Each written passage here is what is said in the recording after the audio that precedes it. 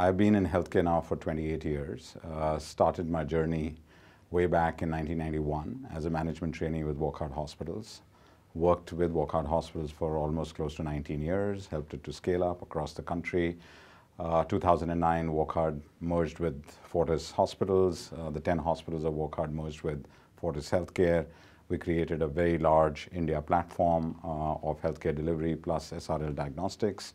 Post that, I went to Singapore, put together Fortis Healthcare International, which then went and expanded in 11 different countries around the world, particularly in Asia, and we created Asia's largest integrated healthcare delivery system, right from Hong Kong all the way down to Australia, New Zealand. 2014, I decided that I wanted to do other things in life, and since then, I have started to work with TPG Growth as a senior advisor in healthcare. And in 2016, we also incubated through TPG Growth a platform called Asia Healthcare Holdings, which basically is India's first integrated single specialty healthcare delivery platform. So Anuj, we basically started with a thesis that if you take smaller companies, and in the world of private equity, you end up taking scaled up companies, you help them to grow, you put your capital, you take a minority stake, and then you help to support that company's future and growth. What TPG Growth decided was that at AHH, we will take very, very early stage companies, take a majority control, put management teams behind that, and then help those businesses or those healthcare delivery platforms to grow. And this was a very differentiated thought process from the buy to the build, right? So at AHH, we are actually building enterprises. The first one was Cancer Treatment Services International, which was one oncology center in Hyderabad, which we saw great conviction with. It had an association with UPMC back in the US, and we felt that we could create a very differentiated oncology delivery platform in India and South Asia. In 2016, we closed that transaction in June. It had one center. We are now in March of 2019. We have 14 oncology centers in India and South Asia. The second one that we felt similarly convinced behind was a very early stage company called Motherhood, which was in the obstetric space, and that it had 3 centers in Bangalore. We felt that there was a great opportunity to go in early, take a majority control of that company, and then help it to expand and grow. Motherhood from 3 centers has now become 14 centers across the country. And it is in different cities all over the country. But more than that, it has become a women's healthcare platform.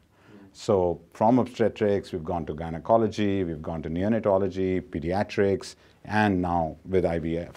So my thesis behind the whole single specialty space is that there are these early stage enterprises which, given the right management bandwidth behind them, given the right vision, structure, execution behind them, and the right capital behind them, can grow to become big enterprises in a fairly short period of time. We have now invested close to almost upwards of about $85 million behind both these companies. And with the plans that we have in play and some of the other transactions that are going on right now, we would be in the region of having invested upwards of about $150 million in single specialty healthcare, which I think is fairly significant from an India context perspective. So going from 80 to 150 incrementally, looking at the right enterprises and helping those enterprises to build. That's really what we do at AHH. I think it starts with, first, any healthcare delivery asset that one sees needs to have a very strong clinical orientation. That is the beginning, that's the nidus, right? Because it needs to have a very strong clinical orientation. That helps you to put an entire ecosystem around it. So when I take a look at any of the single specialty areas, I fundamentally look at what is that clinical orientation that is there in that asset today. It may be an outstanding clinician who's put together great practices. It may be a collaborative effort with another enterprise. Like, for example, when we looked at the cancer network, it had an association with UPMC, which is one of the largest oncology services provider in the US. And we felt that we could do a lot more using that whole ecosystem. Likewise, in motherhood, there was a big niche which was existing in terms of creating an integrated women's healthcare delivery platform.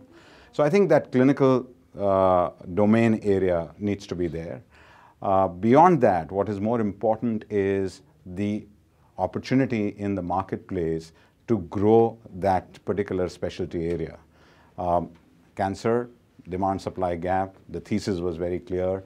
Mother and child, demand-supply gap, the thesis was very clear. In fact, the third large business that we are doing at AHH is a pathology diagnostics business, which again started from a very small B2B provider to become a large B2B provider in the country. We now have about 600 B2B pathology clients around the country who give us their samples to diagnose. So I think execution, the baseline thesis around clinical orientation, and last but not the least, the ability to remain focused on the enterprise for its future growth. I think a lot of times when you look at enterprises, they somehow tend to lose their way, right? In the quest for growth, you tend to lose your way. That focus with which you started, you end up losing that focus somewhere down the way. And it is not just a function of capital that pushes you to lose that focus, but I think your own conviction as a founder to remain focused in what you have delivered and your ability to deliver. I think if that focus and that conviction continues to be there, enterprises can grow in quick succession. So Anuj, as I said on the panel too, India has been very fortunate in more ways than one. Our public healthcare spending is less than 1% of our GDP. And if we had continued to be focused only around building public healthcare infrastructure in this country, none of us would have been able to get the quality of healthcare that we are getting today. Every entity, every healthcare entity which has grown large in this country has at some point in its lifetime got funded by a private equity fund. Whether it is Apollo, whether it is Fortis, whether it is Manipal, all the enterprises which are growing larger in this country today. Aster DM, you look at any enterprise, it has been funded by a private equity fund. So that means that private equity funds in this country have really accelerated the growth of healthcare infrastructure, of the creation of healthcare enterprises around the country, and for the common man to actually go and aspire to get good healthcare.